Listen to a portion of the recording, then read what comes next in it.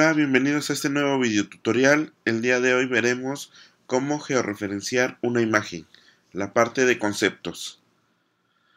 Bueno, el objetivo de georreferenciar una imagen data de que les debemos de dar coordenadas a una imagen o un archivo que no dispone de estos datos espaciales. ¿Y para qué? Para que sea capaces de ubicar el archivo en una zona correcta del espacio.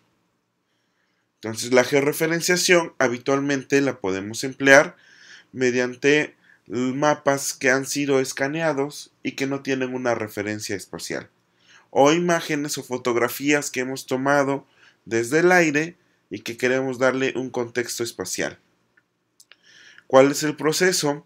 El procedimiento de georreferenciación está basado en la introducción de puntos sobre la imagen sin referencia espacial o que esté mal georreferenciada. Es decir, también imágenes que estén mal ubicadas en el espacio, podemos corregirlas con esta técnica. Bien, es así que se deben de establecer de forma análoga los puntos que debiera de tener el archivo en condiciones reales. Es decir, vamos a establecer una equivalencia entre los puntos no referenciados y los puntos referenciados, permitiendo que el archivo raster adquiera la posición geográfica que le correspondería en una situación normal. Esta es, por ejemplo, una imagen. En esta imagen tendríamos que, si no está georreferenciada, ubicar puntos, como podría ser la esquina de aquí, la otra esquina de acá, puntos que son fáciles o que los podemos distinguir fácilmente en la imagen y en un archivo de referencia se encuentren también localizados. Es decir, vamos a vincular esos puntos que son fáciles de encontrar en esta imagen en una imagen contra una imagen de satélite o un modelo digital de elevación o un mapa de shapes. Para eso, el número de vínculos que necesitamos crear va a depender de la complejidad de la transformación que se piense utilizar para transformar esta imagen o este mapa en un data raster en coordenadas de mapa. Sin embargo, la adición de más vínculos no resultará necesariamente un mejor registro. Aquí tenemos un ejemplo de cómo se están vinculando los puntos. Ahorita tenemos en verde, generalmente va a corresponder a la imagen que no tiene registros, y en amarillo a la imagen que tiene un registro correcto, es decir, una imagen satelital. Si es posible, deberíamos de expandir los vínculos por todo el data raster en lugar de concentrarnos en un área, es decir, de expandirlos por toda esta imagen en lugar de concentrarnos acá. De esta manera vamos a tener mayor precisión a nivel global. Normalmente tener al menos un vínculo junto a cada esquina del data raster y unos cuantos por el interior nos van a generar mejores resultados. Cuanto mayor sea la superposición entre el data set raster y los datos de destino, mejor será la alineación, porque tendrá puntos más espaciados con los que la georreferenciación del raster será mejor. Aquí tenemos un ejemplo de que cuando se haya creado suficientes vínculos podemos transformar la imagen. Si ya tenemos que este punto corresponde a este de la realidad, este a otro y este a otro, podríamos ya llegar a la transformación de la imagen, que es pasar de una imagen sin coordenadas a una imagen ya con coordenadas. A eso le vamos a llamar transformar a raster. La transformación a raster se puede hacer por dos métodos. Podemos usar un polinomio de primero, segundo o tercer orden o una función spline. Con esto nos va a dar un ajuste o una transformación proyectiva para determinar la ubicación correcta de las coordenadas de mapa para cada celda de raster dataset.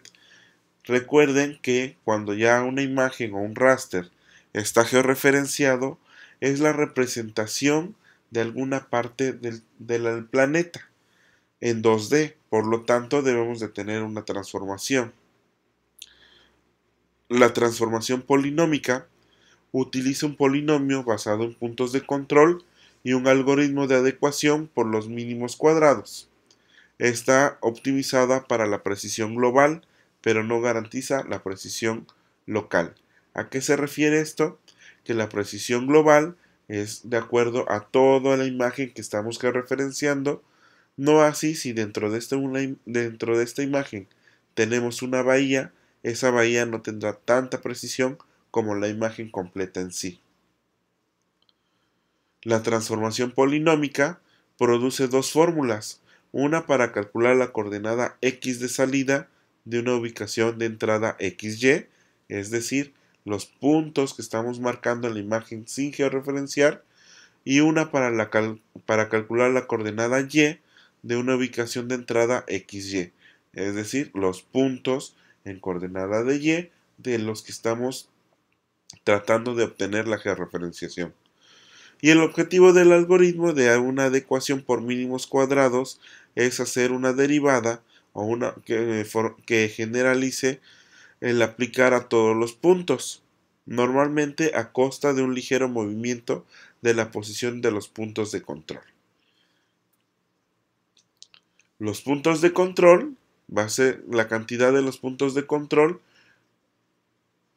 no correlativos requeridos para este método deben de ser de 1 para un cambio de una magnitud de polinomio de orden 0, de 3 para un polinomio de primer orden, y de 6 para uno de segundo orden, y de 10 para uno de tercero.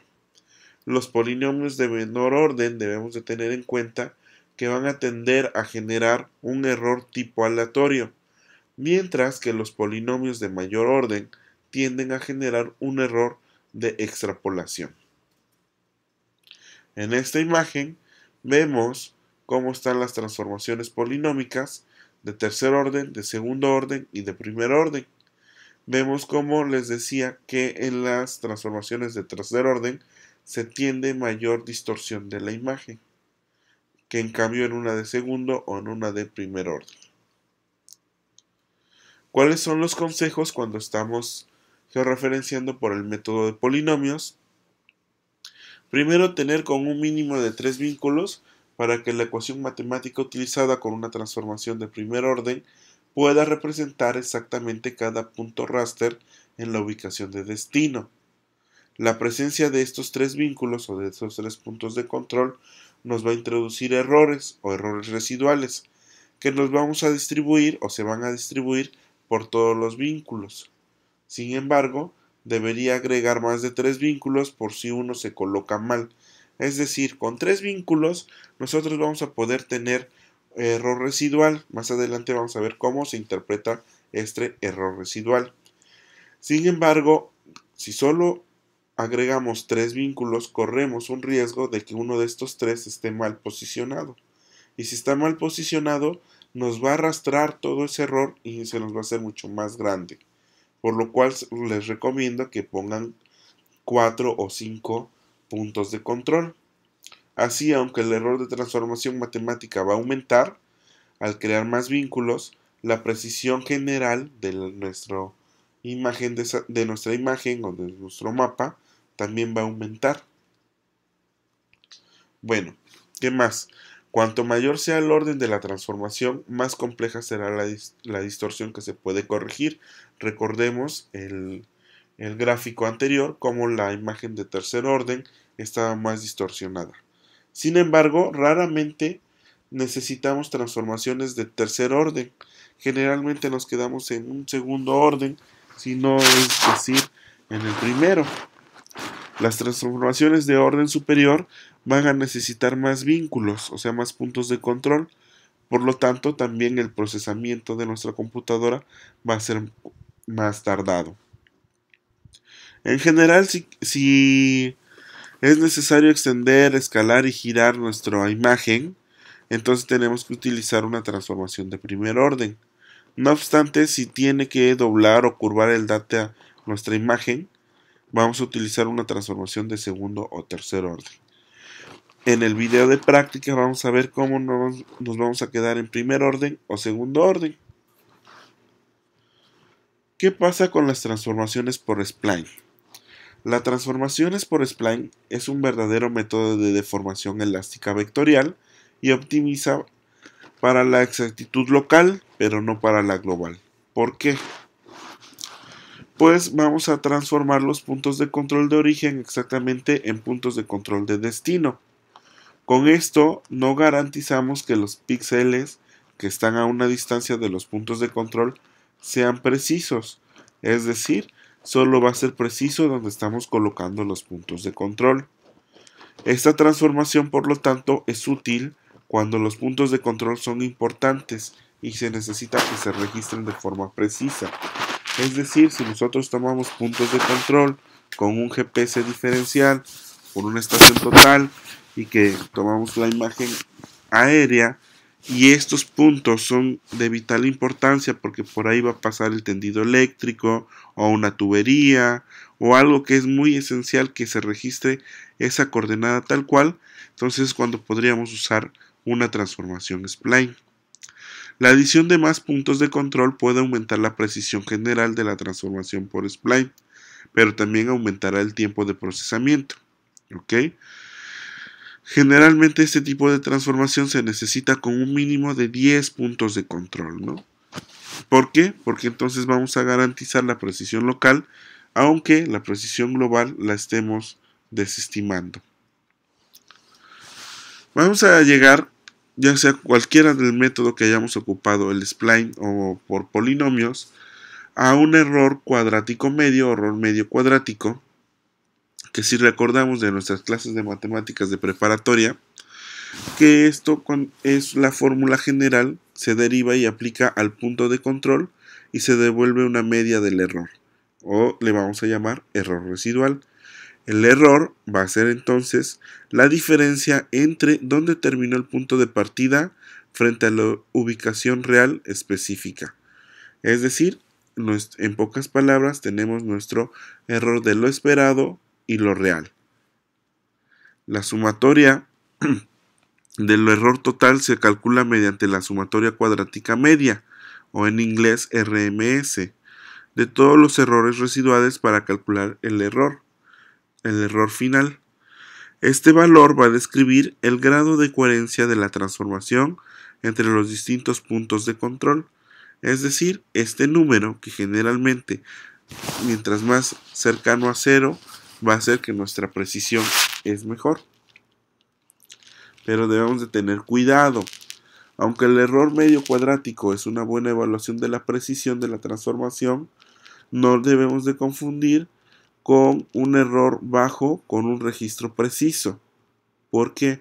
Porque la transformación que se hizo de la imagen no fue afectada en su globalidad o en su totalidad, pero la precisión que está dentro de esa imagen puede resultar no tan buena como el error medio cuadrático que tenemos. Por ejemplo, la transformación todavía puede contener errores considerables debido a que un punto de control fue mal introducido. Y eso hace que veamos que si nosotros estamos registrando un punto en el mapa real, se vea desplazado en nuestra imagen que estamos georreferenciando. Cuanto más puntos de control de calidad equivalentes se utilicen, más preciso será el polinomio a la hora de convertir los datos de entrada en coordenadas de salida. ¿Ok? Y normalmente las transformaciones por spline y de ajuste dan un error medio cuadrático prácticamente cero o tendiente a cero. Sin embargo, otra vez, esto no significa que la imagen esté georreferenciada completamente o perfectamente. Los residuales, y no nos referimos a las aguas residuales, sino el residual hacia adelante, o sea, en positivo, nos muestra el error en las mismas unidades que la referencia espacial del marco de datos. Es decir, si nosotros en nuestro análisis tenemos un error residual en positivo, ese error, o ese número más bien, tendrá las unidades en la cual estamos referenciando, es decir, las unidades en la cual estamos tomando o la imagen de satélite o el modelo digital de elevación. Si tenemos un residual inverso negativo, nos va a mostrar el error en las unidades de píxel. Nos va a decir cuántos píxeles estamos teniendo de error o de desplazamiento. Bueno, esto ha sido todo por la parte conceptual de georreferenciación y los invito a que vean el video tutorial de cómo georreferenciar una imagen utilizando ARMAP. Gracias.